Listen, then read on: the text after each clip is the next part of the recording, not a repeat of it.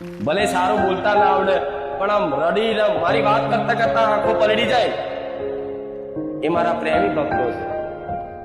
જે મારી વાત સાંભળી, મારી વાતની ચર્ચા કરી, મારો પરચો જોઈ અને આંખો ભીની જેને થતી હશે ને, એને હું ખૂબ પ્રેમ કરું છું માતા.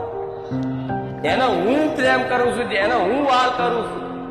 એને આ મારા નામ લેવાથી, મારું સ્મરણ કરવાથી, મારી વાત સાંભળવાથી, મારો પરચો જોવાથી રામ આંખો પલળી જાય.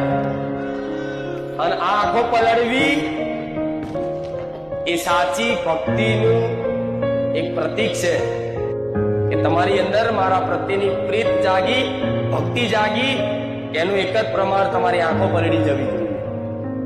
પણ ખાલી ખાલી ના પલળતા પાછા, એ તો અંદરથી નીકળે. ભલે કોક દાડો નીકળે તો સમજી લેવા કે મારી કૃપા છે. અને ના નીકળતા હોય તો એના માટે કહીશ કે પ્રાર્થના કરજો કે માં તારા હરખ મન, તારી ભક્તિમાં મારે એક વખત રોવું છે. દુઃખમાં નહીં હો, દુઃખવાળા તો માથા ના પસરતા. દુઃખવાળા તો રડતા જોઉં ને એટલે તું જા રડી નાય. હરખ ના આંસુ. આમ મંદિરમાં જાઓ એટલે રૂવાટી ઉભી થઈ જાય ને રૂવાટા ઉભા. આમ ભજન વાગે, ડાકનું વાગે, માતાનું કે આરતી વાગે તો આમ વાઇબ્રેશન થાય, આમ વાળ ઊંચા થઈ જાય, થાય ને એવું.